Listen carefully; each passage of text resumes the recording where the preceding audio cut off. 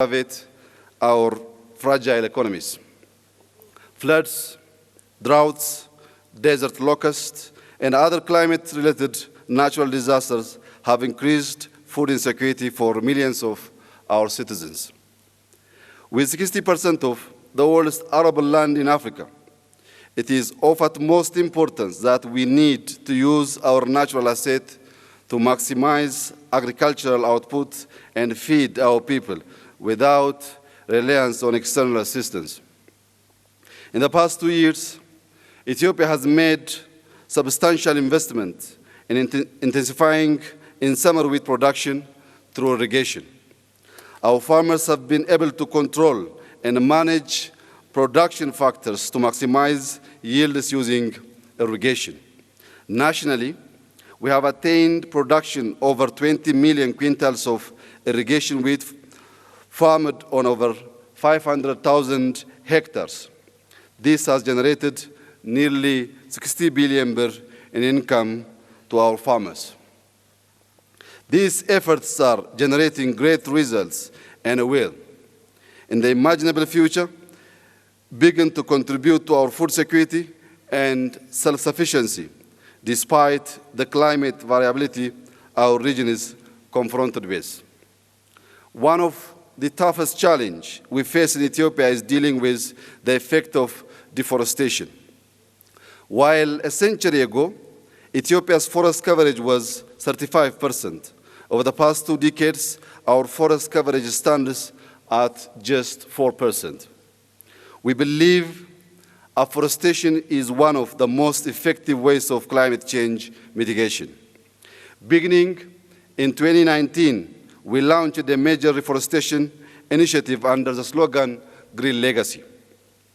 Our aim was to plant 20 billion trees across the country over the course of a 4-year period. In a mere 3 years, we managed to plant 18 billion seedlings. And this year, with the Green Legacy Initiative in its final year, we will not only meet our national target, but plan to surpass the target by reaching 25 billion. Additionally, through this initiative, we have sent seedlings to neighboring countries to inspire regional efforts. If we can collaborate to spread the message of green legacy in the continent and implement measures that maximize our food security and self-sufficiency, we will be able to guarantee our citizens the basic necessity of life without reliance on charity. Excellencies, ladies and gentlemen, Africa's voice on the world stage needs to be heard loud and clear. Africa must also be represented on important international bodies. Today, more than 7 decades after the creation of the United Nations, Africa remains a junior partner without meaningful input or role in the system of international governance. This is particularly true of the United Nations, where Africa lacks representation on the Security Council and is underrepresented in a variety of ways. It is the right time to reform and revitalize the United Nations system to reflect current global realities and ensure that it is a more representative and equitable body. Only fair representation and transparency in those institutions can usher in a just era in multilateralism. Consistent with our Esluini Consensus of 2005, we should collectively insist that Africa's reasonable request for no less than 2 permanent seats and 5 non-permanent seats in the UN Security Council be adopted. Equally important is Africa's media representation on the international stage. Africa is often portrayed in international media negatively. The endless representation of the continent troubled by civil wars, hunger, corruption, greed, disease, and poverty is demeaning and dehumanizing, and likely driven by a calculated strategy and agenda. This stereotypical and negative media representation of Africa not only disinforms the rest of the world about our continent, but also shapes the way we see ourselves as Africans. Telling our own stories and shaping our own narratives must be our top priority. In this regard, I would like to propose to this august body the establishment of an African Union Continental Media House.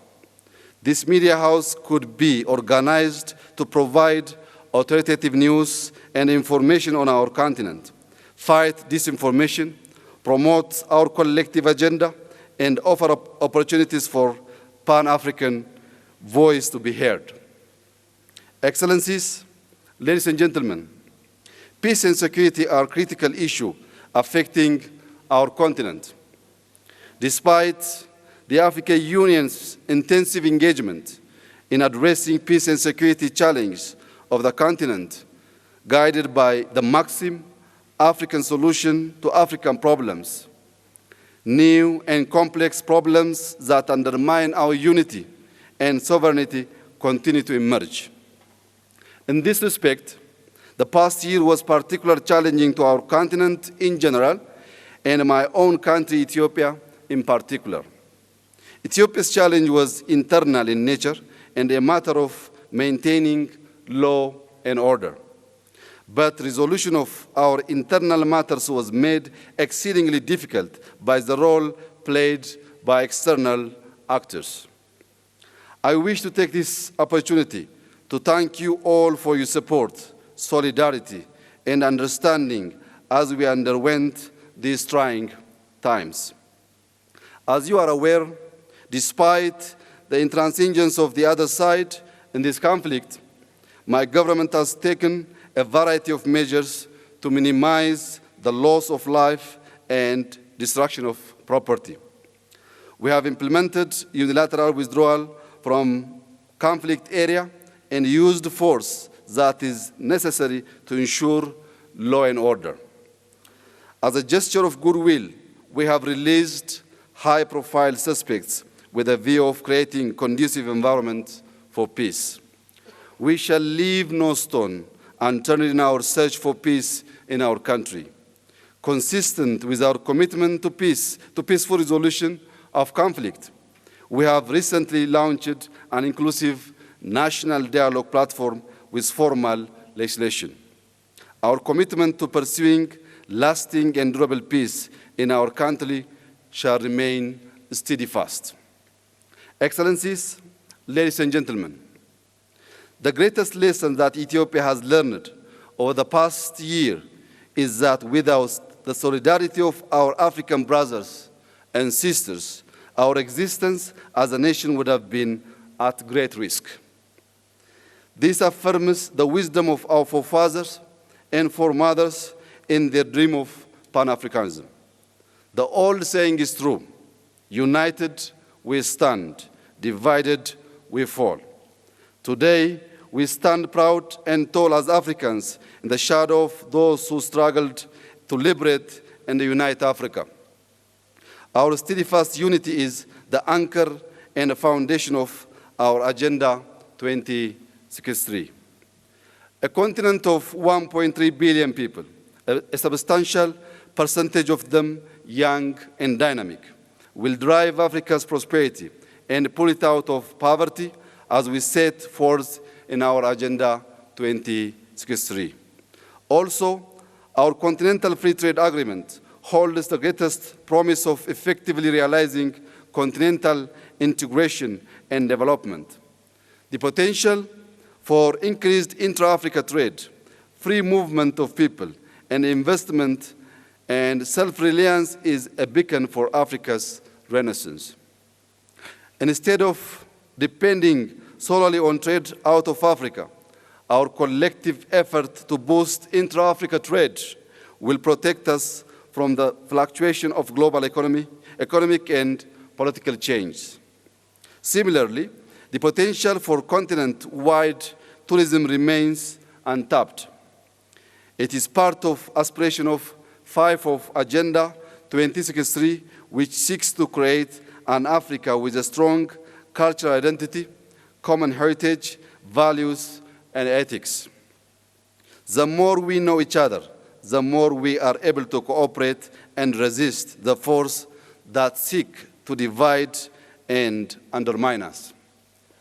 You may recall, a mere 2 months ago, efforts were underway by some in the international community to create an atmosphere of fear, to drive expatriates out of Ethiopia and discourage travel to Ethiopia. Those efforts were not successful and will not be successful.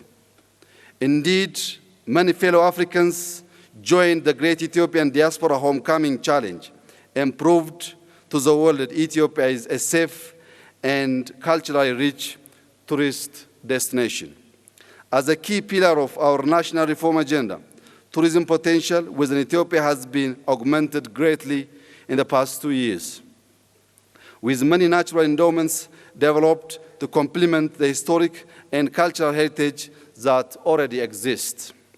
Ethiopia remains open and welcomes all of our fellow African brothers and sisters. Finally, let me once again convey the warm welcome of the Ethiopian people and reiterate Ethiopia's commitment to do everything in our power to continue to create an enabling environment for the African Union in our collective efforts to deliver the Africa we want through robust implementation of Agenda 2063. God bless Ethiopia. God bless Africa. Thank you for your attention.